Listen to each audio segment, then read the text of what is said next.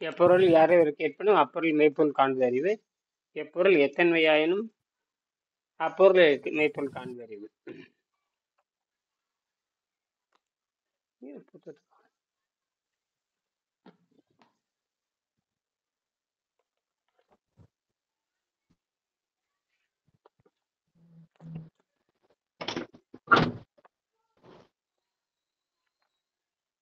இந்த நண்பருக்கு நீர் மருத்துவத்தை பற்றி நீங்க தொடர்ந்து பார்த்துட்டு இருக்க சில குறிப்பெல்லாம் பாடுங்க. நீர் மருத்துவம் வந்து நீர், அதாவது நீர் உணவு, நீர் உண்ணா நோன்பு என்பது வேறு, நீர் உணவு முறை என்பது வேறு. உண்ணா நோன்புக்கு நீர் உணவு முறைக்கு என்ன வித்தியாசம்னா, நீரினை மருந்தாக அருந்து நீரினை நீர் உணவு முறை நீரை சாப்பிட்டு வாழ்றதுன்னு வச்சுக்கலாமே. அப்படி சாப்பிட்றா பெரும்பாலும் எந்த வகையான நோய்களும் வராது. உண்ணாவிரதம்னாவே நேரடியாக என்ன செய்யற, அதனாலதான் வந்து மருத்துவர் மேற்பார்வை. நான் எந்த மருத்துவர் மேற்பார்வை? மருத்துவருக்கு என்ன தெரியும்? உண்ணா நோன்பை பற்றி மருத்துவருக்கே தெரியாது. நீர் விரதம் என்பது வேறுங்க. நீர் என்பது அது விரதமே. நீர் என்பது தூய்மையின் அடையாளம். அது தூய்மை செய்கின்ற பொழுது அது எல்லாத்தையும் சரி செஞ்சிடும். அது யாருக்கு தெரியல. உண்ணாவிரதம் அதாவது நீரை மறுத்தல் தான் ஆரம்ப கட்டம். அதாவது படிப்படியாக முன்னேறுதல் சொல்றோம் இல்லையா, அந்த நீரை மறுத்தல் அடுங்கிறது வேற. நீரை நீரை நீரை அருந்தி நீர் நோன்பை அருந்தி எந்த அளவுக்கு நீர் அருந்தலாம்னா, ஒரு கட்டத்துக்கு மேல் உடம்பு அந்த இலைத்திருப்பான் யோகின்னு சொல்றான் பாருங்க, அதுக்கு போகணும். அது யாருமே சொல்றது இல்லை. இலைத்திருப்பான் யோகின்னு ஒண்ணு இருக்கு. ஊருக்கு இழைத்தவன் பிள்ளையோர் கலாண்டி அவனுக்கும் இழைத்தவன் பள்ளிக்கூடத்து வாத்தியார்னு ஒரு பழங்காலத்து மொழி இருக்கும். அதாவது என்ன அர்த்தம் கேட்டீங்கன்னா, பிச்சை எடுத்து புசிக்கின்ற பூசாரியை காட்டிலும், அது பரதேசியை காட்டிலும் சொல்லிக் கொடுக்கின்ற ஆசிரியர் இழைத்திருப்பான்னு அர்த்தம். அப்ப இழைச்சிருக்கான்னு அர்த்தம். அப்ப நீரை உணவாக அருந்தி இழைத்து நிற்க வேண்டும். அப்படின்னா எந்த அளவுக்குன்னா, அந்த கெட்டுப்போன சாதை கரையிற வரைக்கும் அது யாருக்கு தெரியல. அதை கண்டுபிடிச்சவர் வெங்கடேசன் தான். கண்டுபிடிச்சு அதுக்கான வேர்ச்சொல் எங்க இருக்குன்னு பாத்தீங்கன்னா, இந்த பழங்கால பழமொழியில இருக்கு. ஊருக்கு இழைத்தவன் பிள்ளையார் கோயிலாண்டி. அதனால இது மெல்ல மெல்ல பரவிடு. நீர் உணவு முறை என்பது சுத்தம் செய்வது. இது உண்ணாவிரதமே கிடையாது. பேரே நீர் உணவு முறை தான். அப்ப நீங்க கேட்கற கேள்வி எல்லாம் பாத்தீங்கன்னா, உண்ணாவிரதம் கேள்வி கேட்டேன்னு நான் பயந்து அடுங்குவான். நீர் உணவு முறை சொன்னா ஓரளவுக்கு சாதகமான பதில் வரும். அதாங்க அந்த டிலேட் கிராட்டிஃபிகேஷன் ஒரு கான்செப்ட்ல 50 வருஷமா அந்த ஆய்வு மேற்கொள்ளப்பட்டிருக்கு. அப்போ அந்த மிருகங்களுக்கு அதை கொடுக்கறாங்க. சோ அந்த டிலேட் கிராட்டிஃபிகேஷன் மூலியமா என்னென்ன, அதாவது தாமதப்படுத்தி நம்ம எடுக்கிறதுனால அந்த சுகத்தை வந்து ஒரு தற்காலிகமாக நம்ம தாமதப்படுத்திக்கிட்டே போனா அதோட விளைவுகள் எல்லா இதை வந்து அந்த டிலேட் கிராட்டிஃபிகேஷன் அப்படின்றது ஃபினான்ஸ் மிச்ச எல்லா துறையிலுமே, படிப்பு எல்லா இதுக்குமே அது எக்ஸாம்பிளா சொல்லிக்கிட்டே இருப்பாங்க எப்பயுமே அதை எடுத்து. அந்த கருத்துல வந்து ஒரு ஆய்வு நடத்தப்படுது. அது குழந்தைகள் அதெல்லாம் இருக்கட்டும், அதெல்லாம் கரெக்ட் தான். ஆனால் இதுக்கான முறையான ஆராய்ச்சி இன்னும் இப்பதான் வந்திருக்கு. முறையான அறிவியல் ஆராய்ச்சி இப்பதான், மெய்யறிவியல் அறிவியல் இப்பதான் வந்து 25 வருஷம் ஆச்சு. இந்த புத்தகம் தமிழ்நாடு போற 1 கோடி காப்பியா, அது குறைஞ்சபட்சம் ஒரு கோடி புத்தகமாவது வித்தாதான் இது தெரியும். 1 கோடி புத்தகமாவது போகணும், எடுத்து பார்க்கணும். அல்லது நம்ம காணொலி இருக்கு இல்லையா, பேசுகிற காணொலி வந்து கிட்டத்தட்ட 1 கோடி பேராவது பார்க்கணும். 5 லட்சத்தை கூட தாண்டிலையே. 1 கோடி பேராவது பார்க்கணும். உலகம் போற ஒரு 10 லட்சம் பேர், உலகம் போற ஒரு 4-5 கோடி பேர் பார்க்கணும். அப்பதான் மில்லியன் கணக்குல போனாதான் இது என்னன்னு தெரியும். ஆக அதனால அது வரைக்கும் நீங்க எதிர தேடினா வராது. நீர் உணவு முறைன்னு தேடணும், இப்பதான் வருது. நீங்க இப்ப கூகுள் இப்பதான் வாட்டர் டயட்டும் போடுறேன், நீர் உணவு, இப்ப கூகுள்ல போய் போட்டா வந்துருமே. கூகுள்ல போய் போட்டு பாருங்க, நீர் மருத்துவம் போட்டா வந்துடும். உண்ணாவிரதம், நீர் மருத்துவம், உணவில்லாமல் வாழும் கலை, art of living without food, எப்படி போட்டா நீ இந்த நான் பேசுற காரணம் தான் ஏறிட்டு இருக்கு. இப்பதானே ஏறிட்டு இருக்கேன். இன்னும் ஒரு 10 லட்சம் ஒரு வீடியோ வரப்ப நல்லா இருக்கும். 10 லட்சம் வீடியோலாம் யோசிச்சு பாருங்க. 10 லட்சம் தகவலாவது போகணும் குறைஞ்சு வச்சு. இன்டர்நெட்ல 10 லட்சம் தகவலாவது இருக்கணும். உடப்போறதுல பார்க்கல, நம்ம என்னதான் பார்ப்போமே. இப்பவே ஒரு நாளைக்கு உண்ணாவிரதம் சொன்னீங்களா, யூடியூப்ல பாத்தீங்கன்னா நிறைய பண்டிகைகள்லாம் 21 நாள் இதெல்லாம் சாப்பிடாத இருந்து எல்லாம் சுத்தப்படுத்திக்கிட்டாங்கிறாங்களா? எல்லாத்தாலையும் முடியுமா? அது பண்றாங்களா? நம்ம வந்து ஆமா. லைனு தனி. உண்ணாவிரதம் என்பது நம்ம அந்த லைனு தனி. ஆனா அவங்க 20 அது அவங்க சைவ உணவு அது அதாவது 21 இந்த நாள். நீர் உணவு அவங்க என்ன நோய் எதுக்காக என்ன நோக்கம் இதெல்லாம் தெரிஞ்சுட்டு தான் செய்யணும். உண்ணாவிரதம் என்பது நோய்க்காக செய்றீங்களா, என்ன நோக்கம், அந்த நோயின் தன்மை அறிந்து அதிகபட்சம் 21 நாள்னு வச்சுக்கிறோம். அது என்ன 21 நாள் வச்சுக்கலாம். அது பார்த்தீங்கன்னா கிட்டத்தட்ட பார்த்தீங்கன்னா அரை மண்டலத்துக்கிட்ட சாப்பிடாத வருது. இருந்து சுத்தம் பண்றாங்க. அந்த அந்த கடைசி உணவு என்னவா இருக்குன்னு கேட்டீங்கன்னா மடக்குவார எல்லாராலையும் முடியும், எல்லாருனாலையும் முடியும். ஆனா தகுந்த மேற்பார்வை செய்யணும், நேர்பார்வை இருக்கணும். அந்த நீரை அருந்தி தான் செய்யணும். வெறும் நீரை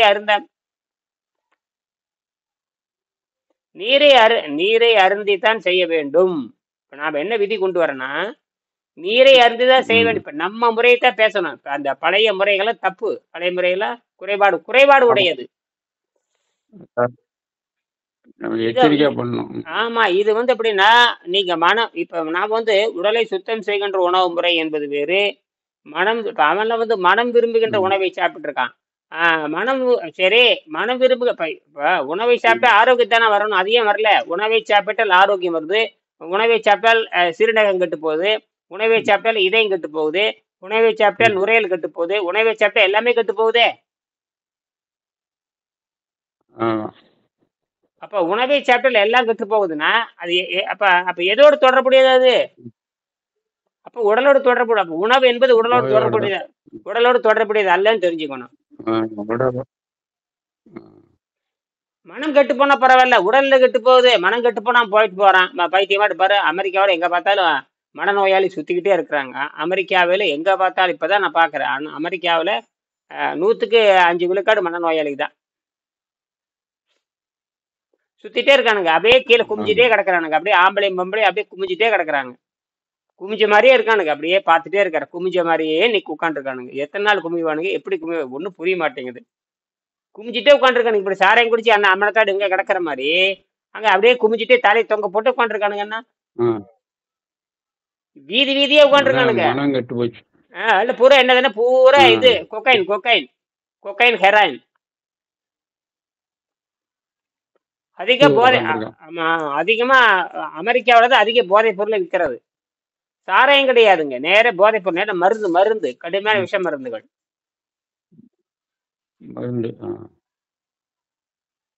நம்ம நாட்டுல எப்படி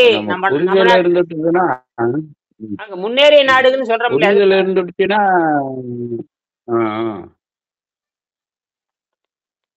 சரி, இப்ப நம்ம எதுக்கு வேண்டாம்னா உணவை பத்தி எல்லாம் புரிதல் வந்துச்சுன்னா உணவு உண்ணா நோன்பு ஈஸி தான். புரிதல் இல்லாத போகக்கூடாது. ஆமா ஆமா.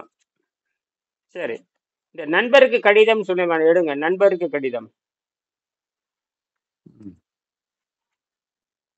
40ஆம் பக்கம், 40வது தலைப்பு நண்பருக்கு கடிதம். பாருங்க, 40வது பக்கம் நண்பருக்கு கடிதம். அதை திருப்பி படிக்கணும். அதாவது ஏற்கனவே ஐவகை ஒழுக்கத்தை சொல்லியாச்சு. இந்த உலகத்துல இருக்கிற எல்லாத்துக்கும் பொதுவான ஒழுக்கம் 5 ஒழுக்கம்.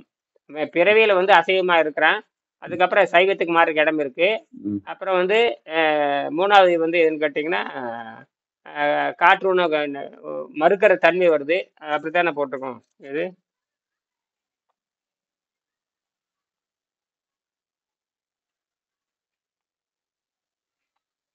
இந்த 39 நீருடன் முறைக்கு வர வேண்டும். 4 காற்றிலே வாழ்கின்ற முறை வேண்டும். 5 உறுதியான தகவலின் மூலமாக உறுதியான தகவல் வலிமையின் மூலமாக உறுதியான காற்றையும் மறுத்து உறுதியான தவ வலிமை மூலம், தவம்னாவே பசி தாகத்தை வென்று மனதை உயிரை இயற்கையோடு ஒப்படைத்தல். இயற்கைக்கு, அதாவது இயற்கைக்கு ஒப்படைச்சிடுறது. உயிரை யாருக்கு ஒப்படைச்சிடுறது? இயற்கைக்கு ஒப்படைச்சிடுறது, அவ்வளவுதான்.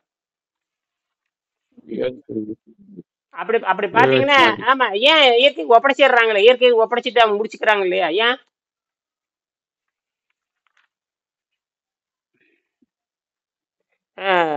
உறுதியான தவ வலிமை பெற்றவர்கள் காற்றை மறுத்து அந்த நிர்விகல்ப சமாதி என்ற நிலையில் தாம் விருப்பப்படி முழுமை அடைந்து பூரணத்தை அடைந்து நிலைக்க முடியும். சுமார் 120 வருடங்களில் மனித பிறவிகள் ஆணும் பெண்ணும் மேற்படி வளர்ச்சியை முடிக்க வேண்டும்.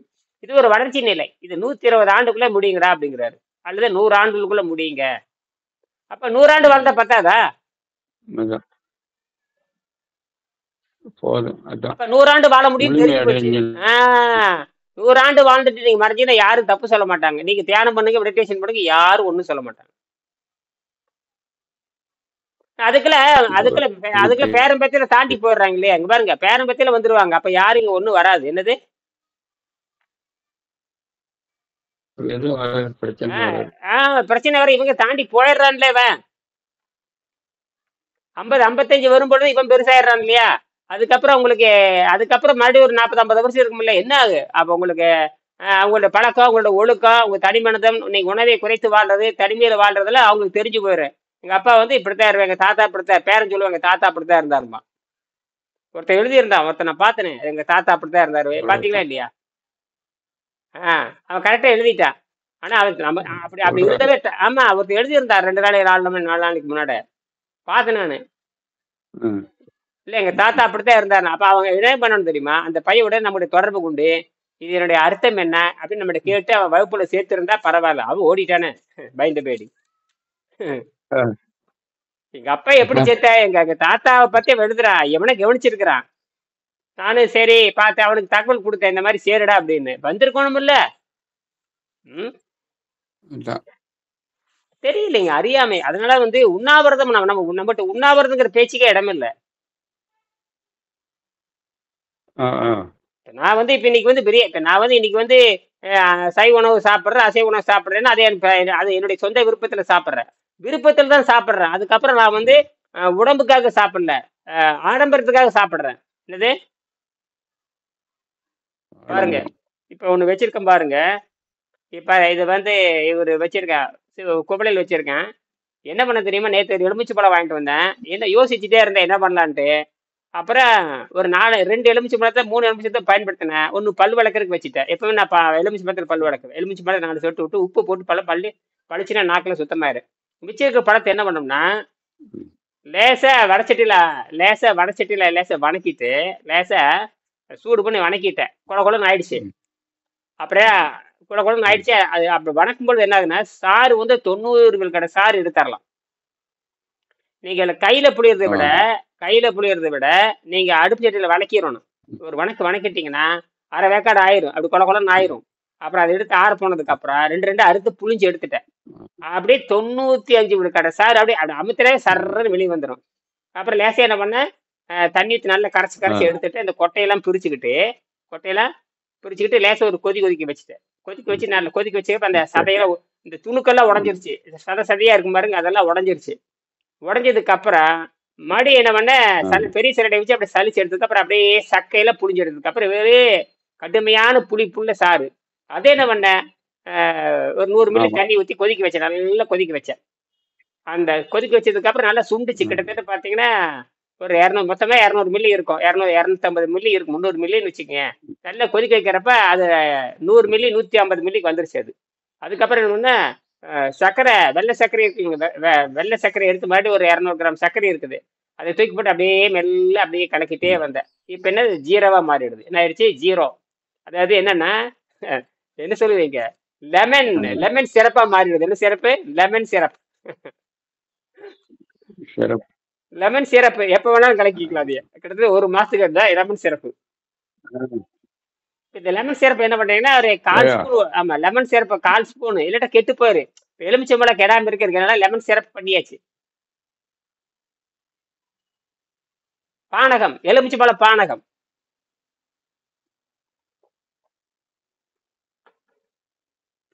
கடையில அந்த காலத்து பாத்தீங்கன்னா பானகம் வச்சிருப்பாங்க. நன்னாரி சர்பத்துப்பாங்க. நன்னாரி சர்பத்து என்ன, எலும்பு சர்பத்து, இந்த பானகம் ஜீராவில் காய்ச்சி வச்சிருப்பாங்க. அதை ஒரு ஸ்பூன் ஊற்றி கலக்கி சக்கரை போட்டு கொடுத்துருவோம், அதான் பானகம். சரி, நான் விஷயத்துக்கு வரேன். இது வந்து என்னுடைய விருப்பம், இது ஆடம்பரம் தான். இது எந்த என்னுடைய விருப்பம், ஆடம்பரம். எங்க இவரு குமார் வர என்ன இருக்கானா, ஸ்வீடன் குமார் வரலையா எடுத்துருது, வரட்டும். ஸ்வீடன் குமார் அவருக்கு அலைவரிசை கிடைக்கல எடுத்துருது. நடராஜுக்கு அலைவரிசை கிடைக்கலையா? நடராஜுக்கு அலைவரிசை கிடைக்கல. சரி, இப்போ நம்ம திருப்பி வர்றோம். நண்பருக்கு கடிதம். அதாவது என்ன சொல்றாருன்னா, அதாவது வெங்கடேசன் ஒரு கேள்வி கேட்டு ஒரு நண்பர் கடிதம் எழுதியிருக்காரு. அதாவது தியானத்தை விடு ஞானத்தை பெறு அப்படின்னு ஒரு கடிதம், அதுக்கு பதில் கொடுக்குறாரு.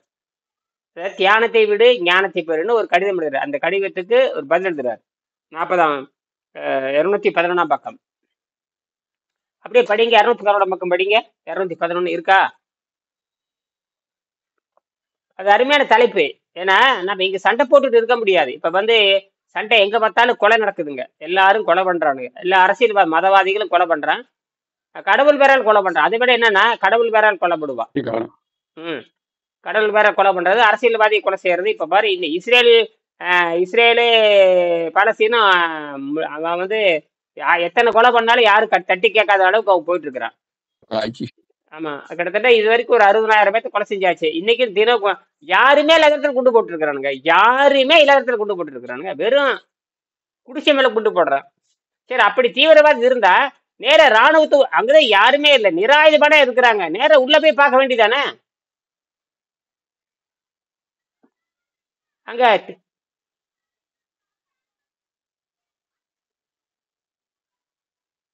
உனக்கு தான் எல்லாம் சர்வ வல்லையும் இருக்குது இல்லையா? அங்க அழிச்சாச்சு, ஒண்ணுமே இல்லை அங்க. அந்த எந்த தீவிரவாதியும் அங்க கிடையாது. இன்னைக்கு தைரியமா இருந்து உள்ள இறங்கி போய் பார்க்க, உள்ள இறங்கி போய் அந்த குடியில போய் பார்க்க வேண்டியதானே? ராணுவம் தான் இவ்வளவு ராணுவ வளமை வச்சிருக்குது, உள்ளவே பார்க்க வேண்டியதானே? பார்த்துட்டு அப்படி இருந்து ஆளை பிடிச்சிக்க வேண்டியதானே? அதை விட்டு போட்டு பொதுமக்கள் மேலே போட்டிருக்கிற இந்த ஒரே ஒரு காரணம், அந்த ஹமாஸுங்கிற ஒரு ஆளை கொலை செஞ்ச ஒரே ஆள் அவன் 1000 பேர்த்த கொலை செஞ்சுட்டு போயிட்டான். அந்த காரணத்துக்காக 2 வருஷமா போராடி இருக்கிறாங்க. இருக்கிற ஒரு 18 லட்சம் பேர் இருக்கிறாங்க, அவன் தங்கி இருக்கிறான். உண்மையிலே தீவிரவாதி மறைஞ்சிருந்தா இறங்கி போய் பார்க்க வேண்டியதானே? அது முடியாத, ஒரு ராணுவத்தினால முடியாதா? அப்ப என்ன நோக்கம்? ஒரு அரசாங்கத்தில் கையிலாக்காத அரசாங்கம் இல்லையா? போருன்னா நேரடியாக சண்டை போடணும், அதான போரு. இது அவன் குண்டு போடுற இடத்துல இது வரைக்கும் தீவிரவாதிகளை கொலை செஞ்ச மாதிரி இல்லையா? அதெல்லாம் 2 வருஷத்துக்கு முன்னாடி முடிஞ்சு போச்சு. இப்ப போடுற குண்டு எல்லாம் பொதுமக்கள் தான் சாவறாங்க. ஒரு தீவிரவாதி செத்ததாக வரலாறே இல்லையே. ஒரு தீவிரவாதியோட கிடைக்கல. போடுறதெல்லாம் குழந்தைக்கு செத்து போகுது, அது செத்து போகுது, இது செத்து போகுதுங்கிறான். அது மட்டும் இல்ல, உணவு கொடுக்கறவனே செத்து போயிடுறான். அந்த உணவு தயாரிக்கிற அவன் செத்து போயிடுறான். ஐநா சபையை சேர்ந்தவங்க செஞ்சு வச்சா அவன் செத்து போயிடுறாங்க. யாருமே நீ அங்க கிடையாதுங்க. நீ உணவு கொடுக்க வரனே செத்து போறானுங்க. நோக்கம் என்னன்னே புரியலையே. உண்மையாலுமே தீவிரவாதி மறைஞ்சிருந்தா ஒரு காவல்துறை என்ன பண்ணணும்? தீவிரவாதி மறைஞ்சிருக்கான்னு தெரிஞ்சு போச்சுன்னு வச்சுக்கோ, ஒரு 100 பேர் போய் அந்த இடத்த அந்த குடிசையை சுத்தி நீங்க உள்ள போய் எச்சரிக்கை கொடுக்க வேண்டியதானே? இருக்கல வெளிவாங்க, இருக்கிறவங்க அப்படின்னு சொன்னா வெளியே வந்துடுறான். அப்புறம் வந்தோன்னு போட்டு தரல. உனக்கு தான் எல்லா கருவியும் இருக்குது இல்லையா? கை தூக்குன்னு சொல்ல வேண்டியதானே? இது பிரச்சனைங்க ஐயா, நம்ம இது தீராதுங்க ஐயா. இது இது தீராது. இது ஒண்ணுமே பண்ண முடியாது. மனித கொலைகளை நியாயப்படுத்தவே முடியாது. ஒருத்தன் தப்பு பண்ணிக்கிறதுக்காக ஒருத்தர் 1000 பேர்த்த கொண்டு சரி 1000 பேர்த்த கொண்டு பண்ணிருக்க, நீ அது 60,000 பேர்த்த கொண்டு இருக்க நீ. அப்ப ஹிட்லர் செஞ்சது சரியா போச்சு. ஹிட்லர் 60 லட்சம் ஈதர்களை கொலை செஞ்சான். ஹிட்லர் 60 லட்சம் 60 லட்சம் ஈதர்னா நினைச்ச கூட பார்க்க முடியாது. இந்த கொலையெல்லாம் கிட்ட வராது. இந்த கொலையெல்லாம் அவன் என்ன பண்ண தெரியுமா? செலவில்லாம கொலை செஞ்சான். இவங்களாவது ஒவ்வொரு ஆயத்துக்கும் 1 கோடி 2 கோடி. அவன் என்ன தெரியுமா? பெரிய பெரிய குழி வெட்ட வேண்டியது, பெரிய குழி 1000 பேர்த்து உள்ள விட வேண்டியது. விட்டு அந்த சைனைடு கேஸ் உள்ள விட்டா முடிஞ்சு போச்சு. சைனைடு கேஸ் அவ்வளவுதான். ஒரு செகண்ட்,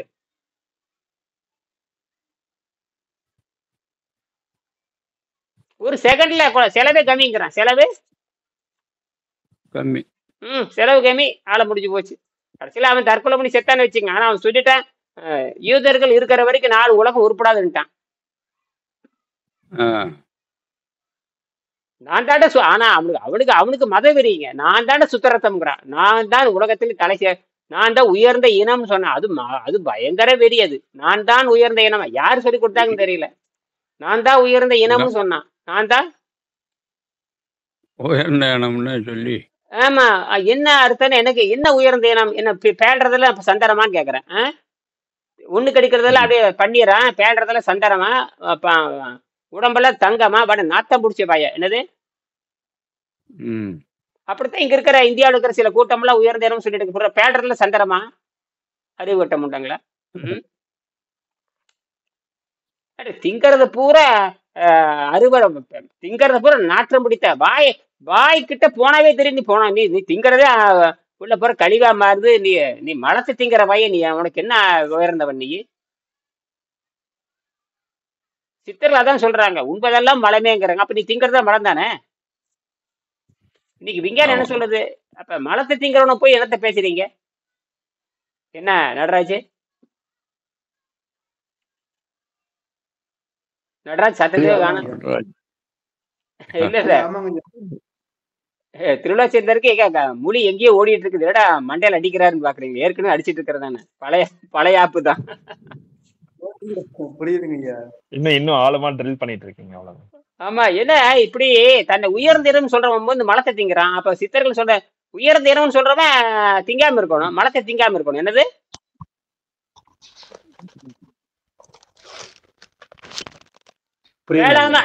பேலாம சித்த யோகிகள் மாதிரி இருக்கணும். உயர்ந்த இனங்கிற காட்டுல உட்காந்து யோகிகள் அங்கதான் இருப்பாங்க. தூய காற்றும் தூய நீர் இருந்து உணவு பாதையில் அழுக்கு இல்லாம அவன் வந்து இப்ப அது என்ன வானப்பிரசம் என்று சொல்லக்கூடிய தூய நிலையில் உட்காந்துருப்பான். அவன் தான் உயர்ந்த இனம். நீ 3 வேளை தின்னு போட்டு குசு போட்டுட்டு இருக்கிற எப்படிதான் உயிரினம் நீ? ஏண்டா குண்டி யானை குண்டி மாதிரி வச்சிருக்கான். குண்டியை வந்து ஒவ்வொரு குண்டி யானை குண்டி மாதிரி இருக்கு. யானை குண்டி தோத்து போயிட மாதிரி தெரியுது. சித்தான குண்டி மாதிரி இடுப்பு வச்சுட்டு, ஆமா யானை சாணி போட்டா அமிர்தங்கிற, இவன் சாணி போட்டா ஓடுறானுக்கிறங்க. நானெல்லாம் அந்த காலத்துல இல்ல, எங்க ஊர் அந்த பக்கம் சர்க்கஸ் யானை அந்த பக்கம் போகும். யானை போச்சுன்னா உடனே அது மேல ஏறி நின்று ஜங்கு ஜங்குன்னு குதிக்கிறது. அடாடா காலுக்கு நல்லதா என்ன சொல்லுவாங்க, அது பாட்டுக்கு போட்டுட்டு போகுது. உடனே அந்த யானை சாணி மேல ஏறி நின்னுக்கிறது. சாணி மேல ஏறி நின்று குதிப்பான். குதிச்சுக்கா யானை சாணி மேல நின்று எல்லாரும் டே வாடா வாடன்னு குதி கேட்க ரொம்ப நல்லதுன்னு அப்படியெல்லாம் இவரு சொன்னாங்க. யானை சாணி போட்டுருச்சாமா, ஏன் யானை வெத்தி போட்டுருச்சாமா. சர்க்கஸ் யானை போக, அந்த காலத்து சர்க்கஸ் யானை நாங்க பார்ப்போம். அப்ப அந்த சாணி மேல நின்று சித்த நேரம் குதிக்கிறது, ஜங்கு ஜங்குன்னு குதிச்சிட்டு போறது. அப்படி இல்லை. நீ பேண்டில இந்த சரி உயர்ந்த இனம்னு சொல்றவன்ல பேண்டத்துல சந்தரமா பேண்டா பரவாயில்ல. என்னங்க உயர்ந்த இனம்னு சொல்றவன் பூரா சந்தரமா பேலவனுமே. தின்னு காட்டு, நீ நல்ல இட்லி தின்னு வெளி பேண்டு எடுத்து நாத்த வரக்கூடாது காட்டுற நீ. அப்படி இருந்தா பரவாயில்ல. வித்தியாசம் இருக்கணும் இல்லைங்க. நீ நீ தன்னை நான் தான் எங்க மதம் தான் உயர்துன்னு சொல்றவன் வித்தியாசப்படுத்தி காட்டணும் இல்ல. எங்க கடவுள் தான் சிறந்தவரே, எங்க கடவுள் தான் எங்களுக்கு சப்போர்ட் பண்ணுவாரு. சரி, அப்படியான செத்துட்டு கிடக்குறீங்க. அப்படி இருக்கிறவன் வித்தியாசப்பட்டு காட்டுதா? அதான் அப்படின்னா அப்படியே வரணும், எல்லாமே தங்க வரணும், வைரம் வரணும், அப்புறம் உலகத்தோட பிரச்சனை எல்லாம் தீந்துடணும். உலகத்துடைய பிரச்சனை உனக்கு தனியா வீடு கட்டிக்க வேண்டியது, வானத்துல வீடு கட்டிக்க வேண்டியதானே. நீ நீ தனிப்பட்ட அப்ப நீ உயர்ந்த இடத்துக்கு போயிட வேண்டியதானே. பூமியில் கொண்டு என்ன பண்றீங்க நீங்க? அப்படித்தானே கேள்வி வருது. உயர்ந்த எங்களது அப்ப உயர்ந்த இனம்னா நீயே பூமியில் உட்காந்து இருக்கிற, நீ விண்வெளியிலே வீடு கட்டி வாழ வேண்டியதானே. கடவுள் வீடு கட்டி தரமாட்டாரா? அப்ப இங்கதான் உள்ளம் பெருங்கோயில் உன்னோட இங்க வர்றாரு திருவள்ளுவர். இந்த திருமலர் வர்றாரு, உடம்புதான் கோயில் உன்னோடம்பு ஆலயம், பசிதான் துன்பம்ங்கிறாரு, பசிதான் பிறவி நோய், அதை நிறுத்த சொல்றாரு. ஆகையினால நம்ம அதை பார்ப்போம். ஆகையினால அதாவது இன்று காலை எனக்கு என்னால் படிக்க முடிக்கப்பட்டது. தாங்கள் எனக்கு அனுப்பிய கடிதத்திற்கு நன்றி. தியானத்தை விடு ஞானத்தை பெறு என்ற தலைப்பு நான் படித்தேன். என்னுடைய வழி வேறு அப்படிங்கிறார். அப்படி என்ன தியானத்தை விடு ஞானத்தை பெறு அப்படின்னு என்ன அர்த்தம்? திருச்சிராப்பள்ளி தி ஹிந்து அதுல வந்த செய்தி சொல்றாரு. 2011 பேஜ் 20 இந்த மாதிரி வந்திருக்கு. The observatory will be only Siachen in the east, அதாவது ஷியாச்சின் மலைப்பகுதியில ஈஸ்ட் கிழக்கு ஷியாச்சின் மலைப்பகுதியில் வந்து ஒரு காமா கதிர்களை சோதிக்கிறதுக்காக இந்திய அரசாங்கம் வந்து ஒரு 40 கோடி செலவு பெரிய ஆண்டனா வச்சு கண்டுபிடிக்கிறாங்க. அது என்ன பண்ணுதுன்னு கேட்டிங்கன்னா, இந்த காமா கதிர் எங்கிருந்து வரும்னு கேட்டிங்கன்னா, நட்சத்திரத்துக்கு நடுவில் இருக்குது அந்த காமா கதிர், அந்த காந்தம். அது வெளிச்சத்தை பூரா உள்ள இழுத்துக்குது. ஆனால் வெளியே அனுப்புறது பாத்தீங்கன்னா காமா கதிர் வெளியே அனுப்புது. இதைத்தான் யோகிகள் பயன்படுத்தியிருக்காங்க. அது அவங்களுக்கு சொல்ல தெரியாது. அவங்களுக்கு இந்த காமா கதிர் தான் மனிதனுக்கு ஆற்றலை தருகிறது. அது மைல்டா வரும். எப்படி வரும்? மைல்டா வருது, மென்மையா வருது, நானோ மாதிரி வரும். அப்படித்தானே? அப்படிதான் வர முடியும். அப்பதான் உயிர்கள் காப்பாற்ற முடியும்.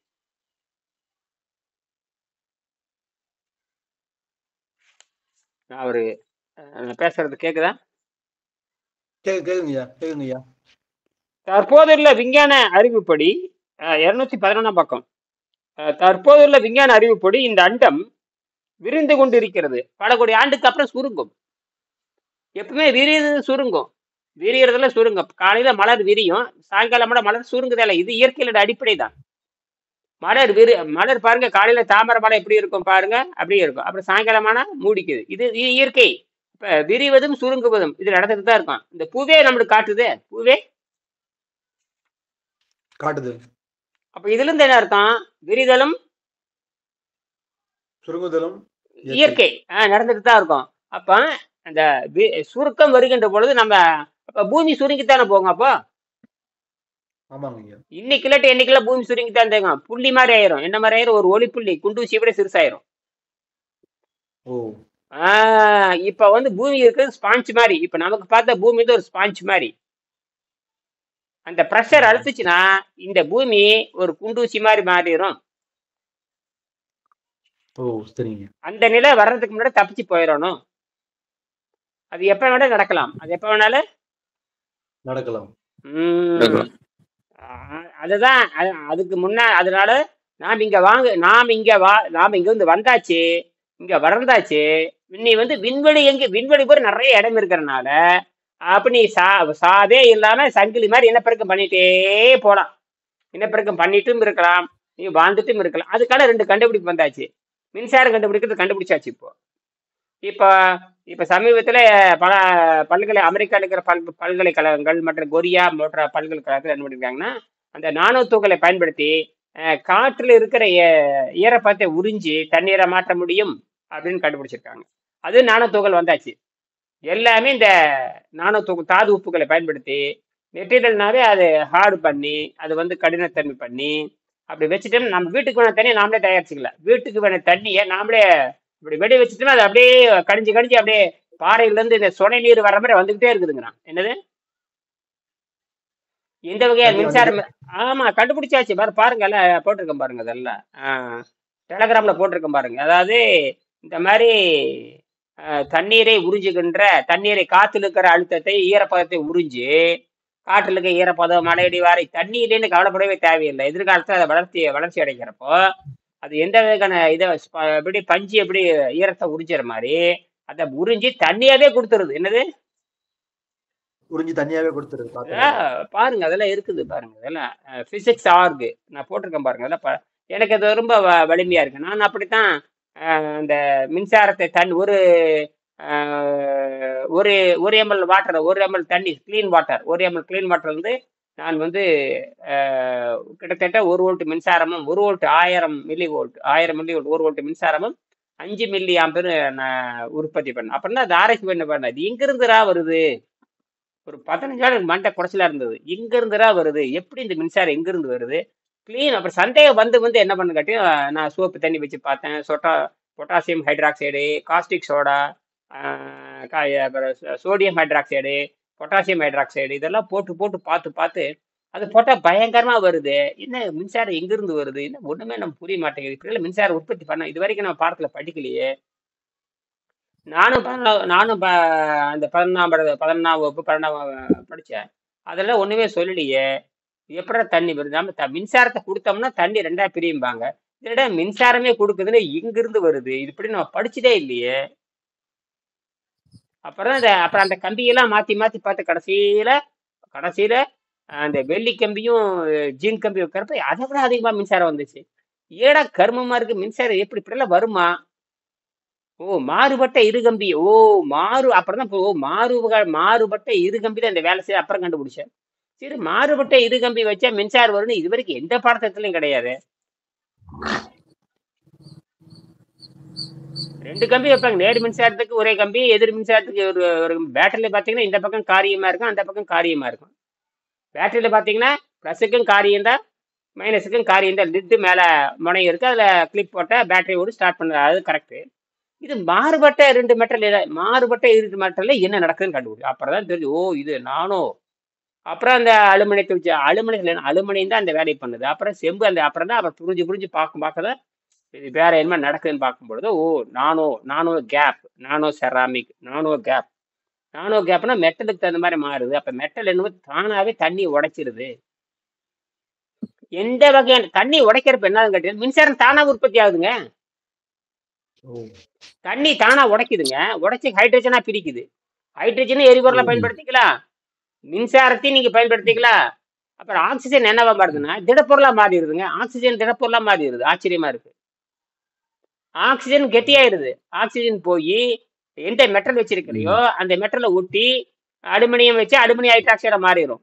ஆச்சரியமா இருந்தது. என்னடா இது? அப்ப ஆக்சிஜன் என்ன ஆகுதுன்னு பார்த்தா, அப்புறம் கடைசியில பார்த்தா அந்த கம்பியில ஊட்டி ஒரு கருப்பா ஒரு மெட்டலை கருப்பா ஒரு துகளை உருவாக்குது. அப்புறம் அதை படிச்சு பார்க்கும்போது தெரியுது, அந்த அந்த ஆக்சிஜன் தண்ணியோட வினைபுரிந்து அந்த கேத்தோடு ஆனோடு மேல எந்த மெட்டலும் அந்த மெட்டலுக்குரிய ஹைட்ராக்சைடா மாறி விடுகிறது. அப்புறம் ஓ இது நானோ மெட்டல் சயின்ஸ். அப்புறம் பிடிச்சி பார்த்தா 15 நாள்ல தெளிவாயிடுச்சு. அப்புறம் தான் பொண்ணையும் செய்ய சொன்னேன். ஆமாப்பா இது. அப்புறம் ஆசிரியருக்கு இது குவாண்டம்ல போடுறான்னா ஆசிரியருக்கு இது விளக்கம்னு சொல்ல தெரியாது. ஆசிரியருக்கு குவாண்டம் அது புடலங்காய் அவங்களுக்கு ஒன்றும் தெரியும். இந்தியாவிலே குவாண்டத்தை பேசியிருக்க ஆள் கிடையாது. புரியுதா என்ன சந்திரன்?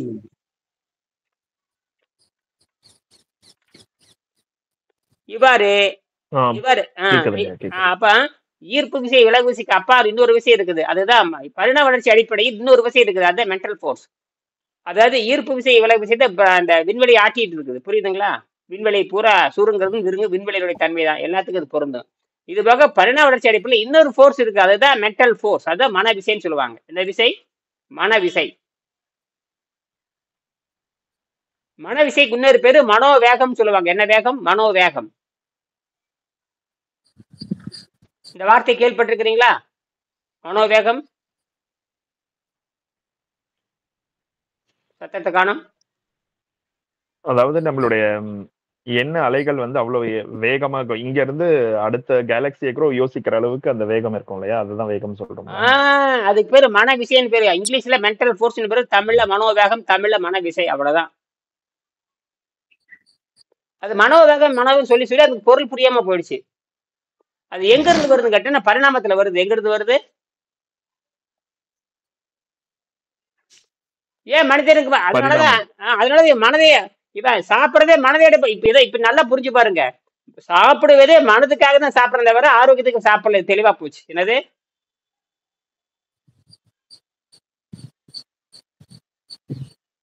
மனதிற்கு மட்டும்தான் நம்ம சாப்பிடுறோம், ஆரோக்கியத்துக்கு இல்ல. இப்ப என்ன பண்ற? நம்ம வேணும்னா சுத்தம் பண்ணிக்கலாம், வேணா மன விருப்பத்தை சாப்பிட்டுக்கலாம், வேணும்னா சுத்தம் பண்ணிக்கலாம். இப்ப இதுல உண்ணாவிரதத்துக்கு பேச்சுக்கு இடமில்லை. ஏன்னா சக்தி வந்துட்டு இருக்கனால இந்த வேலையை செய்யறோம். இப்ப என்ன பண்றேன்னா, வெளியே சூரியன் அடிச்சுக்கிட்டே இருக்குது. வெளியே சூரியன் வந்துகிட்டே 24 மணி நேரம் சூரியன் இருந்துட்டு தான் இருக்குது. நீங்க என்ன பண்றீங்க? வெளியே விளக்கு பத்த வச்சு வேடிக்கை பாக்குறீங்க.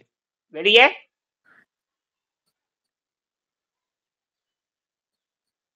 விளக்கு பத்த வைக்கிறீங்க. அவ்வளவுதான். வெளியே விளக்கு வச்சு என்ன ஆகுதுன்னா அது விளக்கு எரியுது. அதை பாக்குறீங்க. ஆஹா நான் விளக்கு பத்த வச்சுட்டேன், விளக்கு எரியுது. விளக்கு ஏற்கனவே தலைக்கு மேல சூரியன் எரிஞ்சிட்டு இருக்குது. அது உங்களுக்கு தெரிய மாட்டேங்குது. சூரியனுக்கு முன்னாட நீங்க என்ன பண்ணிட்டு இருக்கிறீங்க? விளக்கு வச்சு பார்க்க. விளக்கு வைக்கிறேன்னா என்ன செலவாகுது? எண்ணெய்ங்கிறது காசு பொருளாதார செலவாகுது. சாவும் வருது, நோவும் வருது, தண்டமாகுது.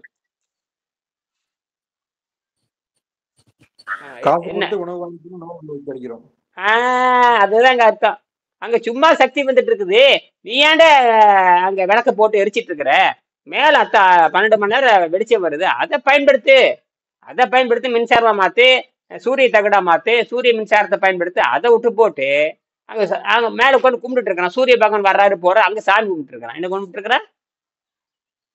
சாமி கும்பிட்டு இருக்காங்க. அவன் சூரியன் மின்சாரம் எடுத்து தோட்டத்துக்கு தண்ணி பாய்ச்சிக்கிட்டு இருக்கிறான். இவன் உருப்படுவானா? இவன் உருப்படுவானா?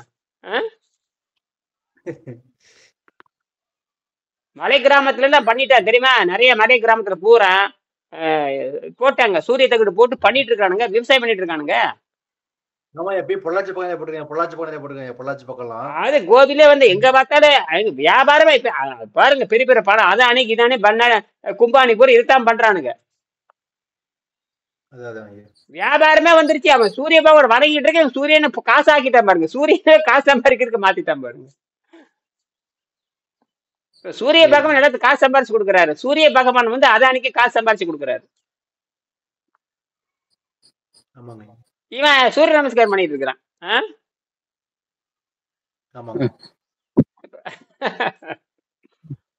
என்னங்க கேசவன் ஏதாவது சொல்லுங்க, நீங்க தான் ஊர் சுத்தினவங்களை சொல்லுங்க.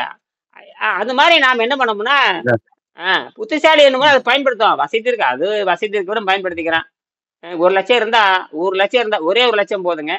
1000 வாட்ஸ், அதாவது ஒரு நாளைக்கு 24 யூனிட் உங்களுக்கு வருங்க. 1 லட்சம் செலவு பண்ணீங்கன்னா 24 யூனிட், மணிக்கு 1 யூனிட் தரும். 1 யூனிட் மின்சாரம் போதும். 24 யூனிட் சாதாரணமா? நீங்க 2 யூனிட் மின்சாரம் கொடுக்குறான் அரசாங்கமே, 2 யூனிட் மின்சாரம் இலவசமா கொடுக்குது. உனக்கு 24 யூனிட் வருதுக்கு 1 லட்சம் செலவுங்கமே. 30 வருஷத்துக்கு ஒண்ணும் இல்லை, தேய்மானமே கிடையாது 30 வருஷத்துக்கு. ஐயா இரவுலயும் எடுக்கலாமா மின்சாரம்? இரவு எடுக்காது. அது ஏதோ நீங்க வந்து வேணும்னா கொஞ்சம் நல்ல தரமான பேட்டரி வாங்கி போட்டீங்கன்னா நிற்கும். அப்ப என்ன பண்ணலாம்னா, அந்த இரவு 12 மணி நேரம் வேலை செஞ்சுட்டு சேமிச்சுட்டு நீங்க 1 லைட் 2 லைட்டை மட்டும் பயன்படுத்திக்கலாம். பகல் பூரா எல்லாமே பயன்படுத்தலாம். 1000 வாட்ஸ்க்கு என்னன்னு பயன்படுத்திக்கலாம். பூரா எல்லாம் டிசியில கொண்டு வந்துட்டீங்கன்னா 50 வாட்ஸ்ல வேலை செய்யுங்க. எல்லாமே 60 வாட்ஸுக்கு மேல. கம்ப்யூட்டர் 60 வாட்ஸ் 70 வாட்ஸ்ல வேலை செய்யும். நீங்க கண்டினியூ 1000 வாட்ஸ் வந்துகிட்டே இருக்கலாம், உனக்கு எல்லாம் மிச்சமாகும். வீட்டுக்கு அத்தனை எரிக்கலாம். டிசி மோட்டார் வந்தாச்சு, டிசி ஃபேன் வந்தாச்சு, டிசி மோட்டார் வந்தாச்சு, எல்லாம் டிசி தான். கம்ப்யூட்டர் டிசி, எல்லாம் டிசியில் வேலை. டிசியில் வேலை செஞ்சா சேக் அடிக்காது, சாவு வராது, சேக்கும் அடிக்காது. சிங்கப்பூர்ல செய்யலாமே. சிங்கப்பூர் செய்யறானா? மேல இருக்குங்கய்யா, நிறைய இடத்துல வச்சிருக்காங்கய்யா. மேல ஒரு அபார்ட்மெண்ட் இருக்கு இல்லையா, மேல வச்சிருக்காங்க. அவன் பெட்ரோல் டீசல் அடிச்சுட்டாங்க. உங்களுக்கு பெட்ரோல் டீசல் வச்சுதானே மின்சாரமா கொடுத்துட்டு இருக்கான். அவன் அங்க ஏட்டமே வச்சிருக்கான். பெட்ரோல் எரிச்சு உங்களுக்கு எங்க இருந்து மின்சாரம் வருது? பூரா பெட்ரோல் டீசல் எரிச்சுதான் ஓட்டிட்டு இருக்கிறான்.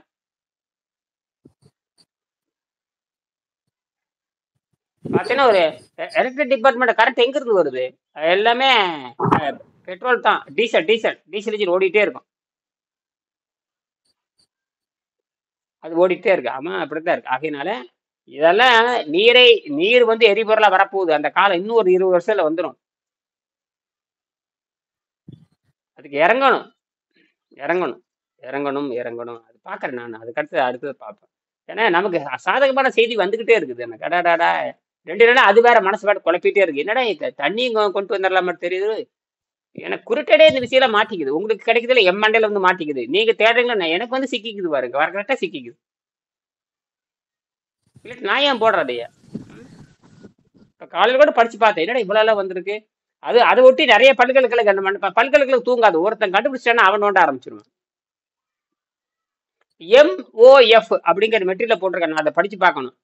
MOF அதான் மெட்டீரியல், அது பார்க்கணும் என்னன்னு தெரியல எனக்கு. அது MOF என்ன மெட்டீரியல் பார்க்கணும்.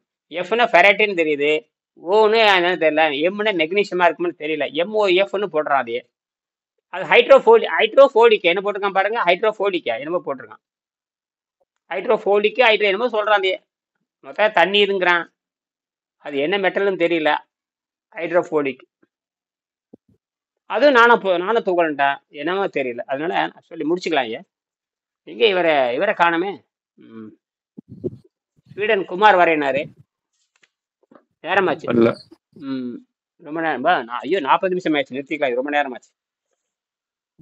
சரி, மைண்ட் ஃபோர்ஸ். ஆகியனால நாம் இந்த மைண்ட் ஃபோர்ஸை வைத்துக்கொண்டு உடலை காப்பாற்றலாம். மைண்ட் ஃபோர்ஸ் வச்சு உடலை காப்பேன். நான் அந்த உணவு பழக்கத்தை விட்டுட்டு நாம் வந்து உடம்பை சுத்தம் பண்ணிட்டு மீண்டும் உங்களுக்கு என்ன மனம் விரும்புறப்ப நீங்க சாதாரண உணவு சாப்பிட்டு பார்க்கலாம். மனம் விரும்புறப்ப சாதாரண உணவு சாப்பிட்டு பார்க்க நல்ல வசதியா இருக்குதா, சாப்பிட்டு பாருங்க. நல்ல வசதி சாப்பிட்றதே சாப்பிட்டு நல்ல நொறுங்க சாப்பிட்ருங்க. சாப்பிட்றீங்க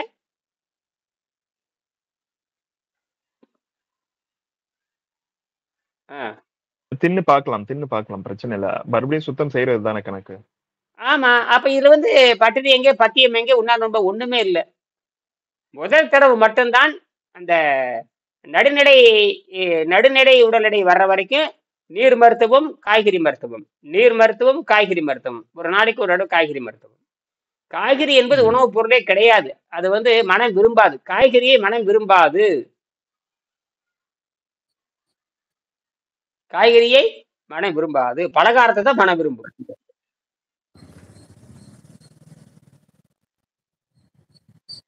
அப்ப காய்கறி என்பது உணவுப் பொருள் அல்ல. அது குடலை சுத்தம் பண்றதுதான். அதனால நீங்க சாப்பிட்டுட்டு சுத்தம் பண்ணலாம். காய்கறி என்பது குடலை சுத்தம் பண்றது.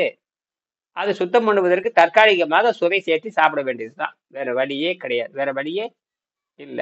அப்போ இந்த நீரை பயன்படுத்தி காய்கறி சாப்பிட வேணும். 2 வேளை சாப்பிட்டு அப்புறம் ஒரு வேளை சாப்பிட்டு அப்புறம் ஒரு வேளையே வச்சுக்கிட்டே வரணும். ஒரு வேளையில் வச்சுக்கிட்டே வரணும். ஆனா அந்த இடைவெளி பூரா நீரா தான் இருக்கணும். 12 மணி நேரம் நீர் பயிற்சி பண்ணலாம், அல்லது 8 மணி நேரம் நீர் பயிற்சி பண்ணலாம், அது 4 மணி நேரம் நீர் பயிற்சி பண்ணலாம். ஒரு ஏதாவது ஒரு கையளவு சைவ உணவு சாப்பிட்டுக்க வேண்டியதுதான். அதுக்கப்புறம் மறுபடியும் ஒரு 5 மணி நேரம் நீர் பயிற்சி. இப்படியே பண்ணி பண்ணி பண்ணி பார்க்கும்போது அடி மேல் அடி வச்சுக்கிட்டே இருந்தேன்னா அது கரைஞ்சிக்கிட்டே இருக்கும். ஆனா ஆசிரியரோட மேற்பார்வை நீ தானா யாரும் செய்ய முடியாது, கேள்வியே கேட்க முடியாது, யாருக்குமே தெரியாது இல்லையா. அதாவது கைக்கு முன்னாடியே ஆரோக்கியம் இருக்குது, கண் முன்னாடி ஆரோக்கியம் இருக்குது. ஆரோக்கியம்ங்கிறது தூர போக தேவையில்லை. வள்ளுவரே சொல்றாரு, விரைந்து தொழில் கேட்கும் ஞானம். ஒரு இடத்துல எழுதியிருக்காரு திருவள்ளுவர். இந்த உலகம் வந்து ஞானம், விரைந்து தொழில் கேட்கும் ஞானம். இந்த பூமி வந்து விரைந்து தொழில் கேட்கிறது. ஸ்பீடு டெக்னாலஜி கூடுறான்னு உடம்பு கேட்குதாம். இந்த உலகம் என்ன கேட்குதாமா, ஹை ஸ்பீட் டெக்னாலஜி கூடுறான்னு கேட்குதாமா. எழுதியிருக்காரு. விரைந்து தொழில் கேட்கும் ஞானம் போடுங்க, முடிச்சுக்கலாம். விரைந்து தொழில் கேட்கும் ஞானம் போடுங்க.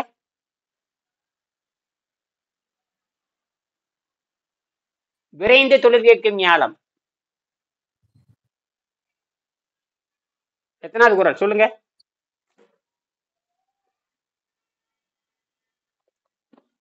அதை பார்த்துட்டு இருக்குங்க. சொல்வன்மை எடுத்து பாருங்க. சொல்வன்மை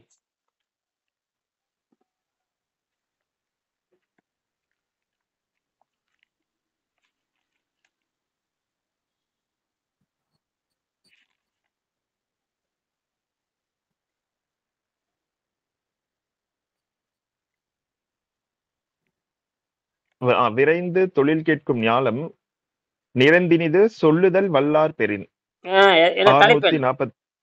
648 பொருட்பால் அமைச்சியல் சொல்வன்மை.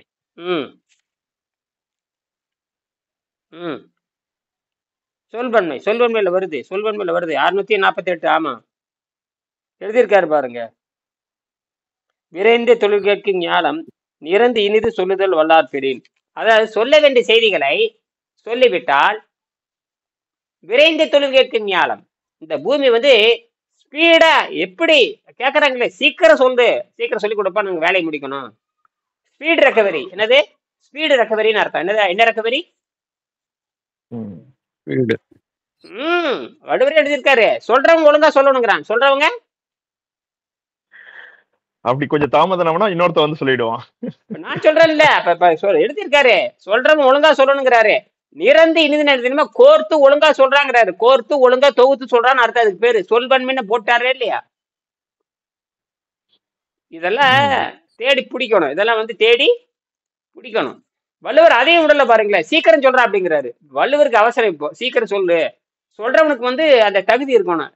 அப்ப ஸ்பீட் ரெக்கவரி, இது வேகமா வேலை செய்யும் சொல்ற மாதிரி, இதை போட்ட வேகமா வேலை செய்யும் அப்படின்னு அர்த்தம். மீண்டும் இதை பத்தி பேசுவோம். சரியா?